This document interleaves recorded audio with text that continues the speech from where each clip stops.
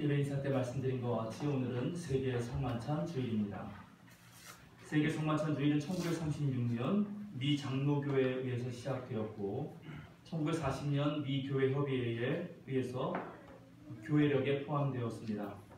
이후에 1982년 남미 페루의 수도 리마에서 열린 세계 교회 협의회 모임에서 개신교와 카톨릭을 포함한 전 세계의 교회들이 10월 첫째 주일을 세계 성만찬 주일로 지키기로 결정하고 또 성만찬 예식서를 내놓음으로써 이제 전 세계 교회가 함께 지키는 주일이 되었습니다. 따라서 세계 성만찬 주일을 지키는 전 세계 교회들은 오늘 모든 교회들의 공통 성례인 성만찬 예식을 거행함으로써 십자가에서 달려 돌아가시기 전에 우리 주님께서 제정하신 주님의 식탁을 통하여 예수 그리스도의 삶과 가르침, 또 우리를 너무나 사랑하셨기 때문에 감당하셨던 고난, 십자가의 죽음, 부활을 기념하고 또 기억합니다. 다른 언어와 다른 전통, 다른 문화를 지니고 있지만 지금 전 세계 21억 그리스도인들이 함께 한 마음으로 주님께서 베푸신 이 축제 잔치를 통하여 모두가 하나님의 한 백성이며 거룩한 성령의 한 공동체임을 되새깁니다. 오늘 우리는 성찬식을 포함한 예배를 드림으로써 온전한 예배를 드리게 됩니다. 그리스도교 예배는 하나님의 백성들이 모여서 하나님을 만나서 새롭게 변화를 받고 저 세상으로 파송되는 것을 하나의 틀로 가지고 있습니다. 즉 모임과 만남 그리고 보냄의 형식을 지닙니다. 특별히 만남 예전에서는 하나님 말씀인 성서를 읽고 선포된 말씀인 설교를 듣고 성찬식을 통해서 살아계신 말씀인 예수 그리스도를 만납니다. 말씀과 성찬이 예배의 구성 요소로 온전히 들어가 있을 때 우리는 그것을 예배라고 부릅니다. 그리고 성찬을 하지 않으면 그것은 예배가 아니라 모임입니다. 그래서 우리 교회 주보를 보면은 여러분 모임 안내가 있는데 거기에 주일 예배와 모임, 기도회 및 성서 배움터라고 되어 있습니다. 주일 예배를 제외한 모든 나머지 모임은 주일 오후 모임 또는 나머지 모임 수요 기도회, 화요 기도회, 떼제 기도회, 월사 기도회. 그래서 기도회라는 모임 회자를 써서 표현되어 있습니다. 원칙적으로 매주 성찬식을 해야 하지만 그렇게 하지 못할 때는 봉헌과 감사기도가 성찬식을 대체합니다. 봉헌이라는 말은 바치는 행위를 뜻하는 거죠. 우리가 하나님께 공손히 드리는 것을 가르칩니다. 우리가 예물을 하나님께 드리는 이유는 먼저 하나님께서 우리를 위해 아들 예수를 주셨고 또 성자 예수님께서는 하나님과 우리를 위해 자신을 드렸기 때문입니다. 이제 우리는 성자와 성부의 사랑과 그 무한한 은혜에 감격해서 우리의 삶과 모든 것을 드린다는 의미로 봉헌하는 것입니다. 실제로 드리는 예물은 우리가 가진 것 중에 일부이겠지만 그 뜻은 우리의 삶과 생명을 포함하여 우리의 전부를 드린다는 의미입니다. 왜냐하면 하나님과 예수님께서도 우리를 위해서 자신 전부를 내어주셨기 때문입니다. 세계 성찬주의를 설명하면서 자연스럽게 예배에 관하여 여러분께 말씀드리게 되었는데 오늘은 여러분과 함께 바로 예배에 대해 살펴보려고 합니다. 저는 매년 한두 번은 반드시 예배에 관한 설교를 하려고 합니다. 제가 부임한 이후로 지금까지 예배와 관련해서 4번의 설교를 했습니다. 2017년 11월 26일과 12월 3일 연속해서 참된 예배, 주님을 기다리며라는 제목으로 설교했고 또 2018년 7월 22일에는 생명과 호흡과 모든 것을 주시는 분께라는 제목으로 올해 3월 24일에는 은총의 바다에서라는 제목으로 설교했습니다. 제가 이 설교를 통해서 한국교회가 드리는 예배가 어떻게 갱신되어야 하는지, 그리스도교 전통이 말하는 예배는 무엇이며 고대의 제사의식, 제천 의례와는 어떻게 다른지, 예배의 구성 요소 중에 반드시 들어가야 하는 것은 무엇인지, 또 우리가 예배하는 대상인 하나님은 어떤 분이신지, 우리의 예배 안으로 파고들어온 그런 세상의 잘못된 습관들은 무엇이 있는지를 살펴보았습니다. 여러분 제가 지금 언급한 것들 다 기억나시나요? 갑자기 웃으시는데? 뭔가 기억이 안 나시는 것 같은데요. 만약 잘 모르겠거든 우리 교회 다음 카페에 들어가셔서 제가 했던 설교를 다시 한번 읽으시거나 들어보시기 바랍니다. 오늘은 우리 생명사랑교회 예배에 대해서 또 모임에 대해서 함께 좀 얘기하겠습니다. 예배는 공간과 시간이라고 하는 중요한 환경적 요소에 영향을 받습니다. 예배를 드리는 공간은 죄인인 인간이 거룩한 하나님을 만나는 장소이기 때문에 하나님 앞에서 무척 떨리는 마음과 더불어서 사랑의 하나님에 대한 끌림이 있어야 합니다. 오늘 시편의 말씀 첫 세 구절을 보십시오. 주님께서 다스리시니 뭇 백성아 떨어라. 주님께서 그룹 위에 앉으시니 온 땅아 흔들려라. 시온에 계시는 주님은 위대하시라. 만백성 위에 우뚝 솟은 분이시다. 만백성아 그 크고 두려운 주님의 이름을 찬양하여라. 주님은 거룩하시다. 거룩한 공간은 우리들의 마음을 겸손하고 엄숙하게 만듭니다. 따라서 우리의 예배 공간도 그렇게 만들어져야 합니다. 지금 우리는 매우 힘겹게 얻은 이 예배실에서 그저 감사하면서 잘 살아가고 있지만 앞으로 우리가 예배하는 공간에 대해서도 새로운 변화가 필요합니다. 다행히 지금 우리의 예배 공간은 지하이면서도 쾌적한 편이고 또 매우 아늑한 느낌을 줍니다. 여름에 시원하고 겨울에 따뜻합니다. 여기에 더 우리 그리스도적인 상징과 또는 세속과는 구별되는 그런 분위기를 갖출 필요가 있습니다. 만약 앞으로 우리가 새로운 예배 장소를 마련한다고 할 때에도 신앙적으로 또는 신학적으로 또 우리 교회가 지향하는 목표에 따라서 어떤 공간을 창출할 것인지 우리 모두가 함께 논의할 필요가 있다는 것을 여러분 꼭 기억해 주시기 바랍니다. 예배는 영원과 순간 그리고 주님의 은총으로 살아온 과거와 주님의 약속이 펼쳐질 미래가 만나는 시간입니다. 지금 우리는 주일 예배를 오전 11시에 딱 한 번 드립니다. 예배가 매우 중요하고 특별한 시간이라면 여러분은 최소 예배 시작 10분 전에는 교회에 와야 합니다. 예배학을 전공하고 햇불 트리니티 신학교에서 예배를 가르치시는 안도건 교수라는 분이 계신데요. 그분이 한국의 교회들을 방문하고 책을 한 권 썼습니다. 제목은 우리의 예배를 찾아서입니다. 그 중에 한 부분을 읽어드리겠습니다. 예배 시작 15분 전 이미 본당에는 약 4분의 3의 좌석에 회중이 착석한 상태다. 미리 와서 조용히 기도를 하거나 소리가 나지 않도록 조심스럽게 걸어서 들어오는 성도들의 모습을 볼 수 있었다. 성도들이 훈련을 잘 되어 있다는 느낌을 받았다. 필자가 예배에 참석했던 교회들 중 가장 조용한 교회 중 하나라고 할 수 있겠다. 어느 교회일까요? 무척 어렵죠. 5만 개가 넘는 교회가 있는데요. 소망교회입니다. 우리들이 흔히 비판하는 대형 교회 중에 가끔 들어가는 교회이기도 합니다만 원래 교회는 부족하고 또 실수하는 사람들이 모이는 곳이고 특별히 죄인들의 공동체이기도 하기 때문에 어느 교회나 완벽한 교회는 없습니다. 이 교회를 방문한 예배학 교수는 성도들이 훈련이 잘 되어 있다는 느낌을 받았습니다. 제가 또 하나의 다른 교회를 설명한 부분을 읽어드리겠습니다. 필자가 참석한 예배는 오전 11시 예배였다. 10시 30분에 본당에 들어갔는데 이미 많은 성도가 자리에 앉아 조용히 기도하고 있었다. 10시 40분이 조금 넘자 종이 울리고 찬양대가 입장하며 오르간 연주가 시작되었다. 중간 생략하고요. 청파교회의 오르간 연주 또한 회중의 기도를 돕고 마음을 가볍게 만드는 은근한 힘이 있었다. 감리교회 중에서 가장 다닐만한 교회로 손꼽히는 청파교회의 모습입니다.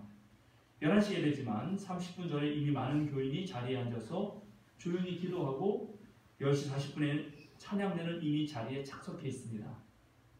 하나님께 예배하는 시간이 경건하고 또 거룩하고 내면을 성찰하고 존재의 근원에서부터 나오는 그런 기쁨의 시간이 되려면 최소한 이 정도의 준비는 되어 있어야 하지 않을까요? 주일 예배를 시작하기 전에 우리들은 무엇을 하고 있는가? 매우 사소하고 작은 것 같지만 그 작은 행위 하나를 통해 전부를 볼 수 있다고도 저는 생각합니다. 우리 교회의 예배는 모임 예전, 만남 예전, 특별히 만남 예전에 말씀 나누기와 주의 만찬, 그리고 보냄 예전으로 구성되어 있습니다.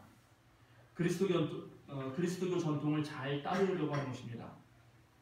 예배를 시작하는 초입에 제가 가장 먼저 나와서 여러분께 인사를 드리는데 이것은 여러분 모두를 대신해서 우리 예배위원들이 예배를 진행하겠다는 것을 허락받는 것임과 동시에 오늘 예배가 우리 기독교인이 지키는 교회력 중에 어느 지점에 와 있으며 또 오늘 어떤 주제를 가지고 예배하는지를 알려드리는 것입니다. 징을 3번 치는 것으로 예배 시작을 하였는데 이때 여러분은 성부, 성자, 성령을 생각하시면서 우리가 예배하는 대상이 누구인지를 떠올리시고 동시에 하늘과 땅, 사람이 조화를 이루어 하나 되는 시간이 되기를 기대하면 좋을 것 같습니다. 우리 교회 예배에는 무려 5번의 묵상 시간이 있습니다. 여러분 기억하실지 모르겠는데요. 예배 시작을 알리는 3번의 징을 친 후에 또 목회 기도를 한 후에 설교를 마치고 설교자가 기도한 후에 감사 기도를 드린 후에 그리고 축도 후입니다.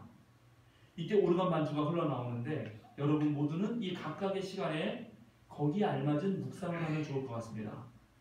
예배를 시작하면서는 오늘의 교회력과 예배의 주제를 떠올리면서 오늘 내가 드리는 예배가 온전히 하나님께만 드려지기를 기원합니다. 목회 기도 후에는 그날 대표자로 나와서 기도하는 그분의 기도를 다시 한번 되새기며 또 예배를 드리는 온 성도들과 함께 마음을 모으며 미처 드리지 못한 기도를 살짝 언급할 수도 있겠습니다.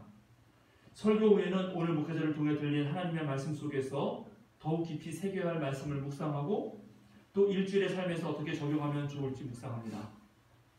감사 기도를 마치고는 특별히 범사에 감사라는 말씀에 의지하여 이미 주신 모든 것과 또 주님께서 약속한 모든 일에 대한 감사를 드리면 좋을 것 같습니다. 마지막 축도 후에는 오늘 예배 전체를 마음에 담고 이제 다시 주님께서 보내신 3터와 1터에서 진정한 예배가 되어야겠다고 다짐한다면 너무나 좋을 것 같습니다. 이 5번의 묵상을 통해 자신을 성찰하고 말씀을 되새긴다면 여러분의 신앙생활은 갈수록 깊어질 것이라 생각합니다. 우리 교회 예배가 지니는 특징 중에 하나는 평화의 시간, 인사 시간에 자리를 옮겨다니면서 서로 인사를 나눈다는 것입니다. 이 덕분에 우리 교회를 처음 방문한 분들은 우리 교회가 매우 따뜻하고 가족적이고 또 환대를 하는 교회라고 느끼게 됩니다. 그러니까 여러분 평화 인사 시간에 여러분 모두 최소 5명 이상과 인사하셔야 합니다. 아셨죠? 특히 잘 모르는 분들과 꼭 인사를 하시기 바랍니다. 우리 교회는 작은 교회라서 서로 잘할 것 같지만 제가 확인한 바로는 절대 그렇지 않습니다. 서로의 이름도 모르는 경우가 있고 1년 내내 어떤 교우와는 대화한 적이 없는 경우도 있습니다. 신앙에 대해서, 삶에 대해서 대화를 나누는 시간이 의외로 많지 않습니다. 앞으로 우리 교회는 새로운 교우들이 앞으로 많이 오시게 될 것입니다. 그때 새 교우들이 어색하지 않도록 우리 교회 공동체에 잘 적응할 수 있도록 친절하고 따뜻한 배려를 담은 인사를 해주시기 바랍니다. 아멘. 우리 교회 예배에서 또 하나의 독특한 지점 중에 하나는 사도신경이 말씀과 성찬 사이에 있다는 것입니다. 한국의 많은 교회는 신앙 고백을 모임 예전에 배치하는 경우가 많습니다. 그러나 저는 말씀을 들은 뒤에 신앙 고백을 하도록 했습니다. 그리고 신앙 고백을 한 성도들이 성찬을 받아야 한다고 생각합니다. 만약에 신앙 고백을 맨 앞에 배치해 놓는다면 신앙 고백을 하지 못하는 사람들은 그 이후의 예배가 너무나 불편해질 것입니다. 신앙 고백의 확신이 아직 적은 초신자나 또는 태신자 그리고 아직 내가 그리스도교에 발을 들이진 않았지만 그리스도교가 관심이 있어서 교회를 찾은 방문자들에게 바로 신앙 고백을 하라고 하는 것은 너무 무리일 수 있습니다. 그 사람들에게도 편하게 하나님의 말씀을 들을 수 있는 기회를 주어야 한다는 것입니다. 우리 교회는 1년에 약 10회 정도 성찬식을 합니다. 성찬식 또는 성만찬 예식이라고 두 가지로 부르는데 성찬이라는 것은 유카리스트의 번역입니다. 특별히 유카리스트라는 것은 감사하다는 뜻입니다. 즉 성찬이라고 부를 때는 하나님이 우리에게 주신 모든 것에 감사하다는 의미가 더 많이 있고요. 그 다음에 성만찬이라고 할 때는 성만찬은 영어로는 더 홀리 커뮤니언입니다. 성만찬이라고 부르는 것은 우리 모두가 예수님이 차려준 식탁에서 평등하게 하나 되는 경험에 더 강조점을 둡니다. 그래서 성찬식 또는 성만찬 예식은 말씀 나누기와 함께 이제 예배의 가장 중요한 요소입니다. 부활하신 예수께서 엠마오로 가던 제자들에게 빵을 떼어 주었는데 그때의 제자들은 눈이 뜨여서 예수님을 알아보게 됩니다. 우리 모두는 성찬식을 통해서 예수님을 생생하게 만나게 됩니다. 그래서 가톨릭에서는 빵과 잔이 실제로 예수님의 몸이라고 생각했고, 루터는 본질에 있어서 빵과 예수님의 몸은 다르지 않다고 생각했으며, 깔뱀은 성령의 능력으로 예수 그리스도의 몸이 빵과 잔에 임재한다고 말했습니다. 감리교회 창시자인 존 웨슬리도 주님의 만찬이야말로 성령의 은혜가 하나님의 자녀들에게 부어지는 통로라고 그렇게 생각했습니다. 따라서 우리는 성찬이 가는 의미를 올바르게 알고 행해야 합니다. 첫째, 성찬은 아까 말씀드린 대로 유카리스트, 감사의 만찬입니다. 예수님의 삶을 통해 행하신 하나님의 구원 사역에 대해서 우리는 감사하는 것입니다. 둘째, 성찬은 이것을 행하여 나를 기억하라는 예수님의 말씀을 떠올리면서 예수님의 모든 사역에 동참하겠다는 의미가 있습니다. 오늘 바울 사도께서 우리에게 주신 말씀을 통해서 말씀하신 대로 우리는 성찬을 통하여 그리스도를 알고 그분의 부활의 능력을 깨닫고 그분의 고난에 동참하며 예수님의 죽으심을 본받을 뿐만 아니라 어떻게 해서든지 죽은 사람들 가운데서 부활에 이르러야 합니다. 셋째, 성찬은 나 홀로 받는 것이 아니라 우리 모두가 함께 참여하는 것입니다. 우리는 하나의 빵에서 나누어진 조각을 함께 나눠 먹습니다. 또 우리는 하나의 잔을 갖습니다. 성찬을 통해 우리 모두는 전 세계 교회의 한 일원이라는 사실을 확인합니다. 마지막으로 성찬은 예수께서 세상 모든 사람들을 초청해서 행하신 나눔의 식탁이라는 것을 기억해야 합니다. 성찬에 모두가 함께 오는 것입니다. 성찬에서 배제되는 사람은 단 한 사람도 없어야 합니다. 동시에 성찬식은 미래에 하나님께서 베푸실 완전한 하나님 나라의 식탁의 예표입니다. 우리는 성찬을 통해 종말론적으로 도래할 하나님 나라를 지금 여기에서 맛보게 되는 것입니다. 사랑하는 생명사랑 그런 여러분, 우리는 잠시 뒤에 함께 한 식탁에서 먹게 될 것입니다. 그리고 마시게 될 것입니다. 그런데 여러분, 21세기 가장 일반적인 가정의 가장 전형적인 식사 모습은 어떨 거라고 생각하시나요? 여러분, 누구와 함께 식사를 나누고 계십니까? 제가 사진 한 장을 보여드리겠습니다. 여러분 생각했던 것과 동일한가요? 이것이 21세기의 가장 일반적인 식사의 모습입니다. 더 이상 사람들하고 밥을 먹지 않습니다.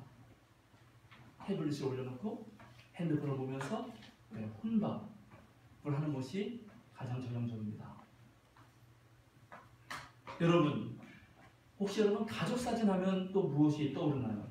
3대가 모여서 할아버지, 할머니, 아빠, 엄마, 삼촌, 또는 고모, 이모, 또 아이들이 함께 찍은 그런 모습일까요? 21세기 가족 사진을 보여드리겠습니다. 다음 장에. 휴잭맨인데 휴잭맨이 같이 사랑하는 가족과 함께 있죠. 침대에서 뒹굴거립니다. 옆에는 누군지는 모르지만 깔맞춤으로 가족과 함께 뭐라고 하죠? 커플티를 마쳤습니다. 지금 세상은 날이 갈수록 사람과 사람의 만남을 기피하고 있습니다. 사람들 사이에서 생기는 감정적으로 소모하는 시간들을 보내고 싶지 않다는 것입니다. 차라리 디지털 매체들과 또는 반려견이나 반려묘와 지내는 것이 훨씬 더 낫다는 사람들이 점점점 늘어나고 있습니다. 만약에 우리 교회가 예배 처소를 마련할 수 있다면 아이들과 함께 예배드릴 수 있는 공간뿐만 아니라 반려견도 함께 예배드릴 수 있는 공간도 마련해야 될 것입니다. 그래야지만 우리 교회는 21세기를 지나 22세기의 교회로 남아있을 수 있을 것입니다. 혼밥을 즐기는 사람이나 또 애견인 1,800만, 2018년 통계입니다만 내년이면 2,000만이 넘을 것인데요. 1,800만 명 시대의 사람들은 여전히 혼자 먹고 반려견이나 반려묘를 동반하면서도 또 사람들보다 스마트폰이나 강아지와 고양이를 더 원한다고 하면서도 모두 다 뿌리가 튼튼한 삶을 원하고 있습니다.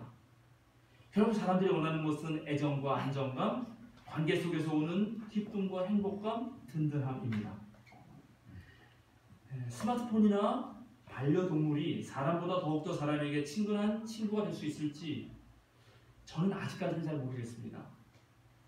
창세기는 동물들이 사람의 친구가 될 수 없었기 때문에 하나님께서 직접 또 사람을 만들어 주셨고, 그런데 사람들끼리도 서로 불신했기 때문에 이제 하나님이 직접 인간의 몸을 입고 오셔서 사람들과 어떻게 참된 사람으로 사귀는 것을 보여주셨는데, 이제 21세기를 살아가는 우리들은 오히려 사람이 아니라 기계, 하나님이 아니라 동물에게서 더 친근한 사람과 안정감을 느끼고 실제로 그 방향으로 가고 있습니다.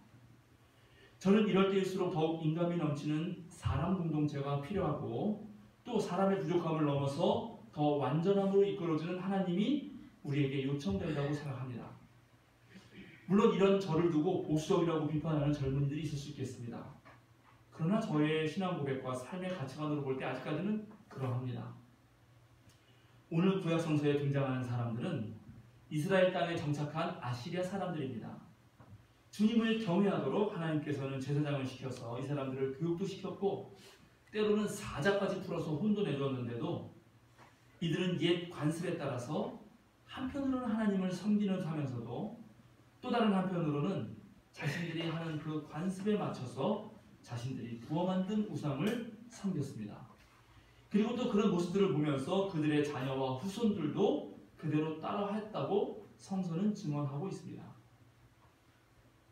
사랑하는 생명사랑교회 여러분, 여러분의 삶의 진정한 뿌리는 어디에 놓여 있습니까? 여러분의 가치관은 무엇에 근거하고 있습니까? 여러분이 세파에 흔들리지 않고 돈과 권력에 넘어지거나 속지 않으려면 도대체 우리는 어디에 우리 삶의 토대를 놓아야 한다고 생각하십니까? 우리가 아시아 사람처럼 우상과 하나님 사이에서 갈팡질팡하거나 또는 둘 모두 양다리를 걸치지 않으려면 어떻게 해야 할까요? 문제가 있거나 혼란스러울 때는 보통 근본으로 되돌아가라는 말이 있습니다. 우리의 근본은 하나님이시며 예배이며 말씀이며 기도입니다. 우리들이 드리는 예배가, 우리들이 섬기는 하나님이, 우리가 따르는 주님의 율법과 계명이 저와 여러분의 삶을 훨씬 더 튼튼히 할 것이라고 저는 확실히 믿습니다.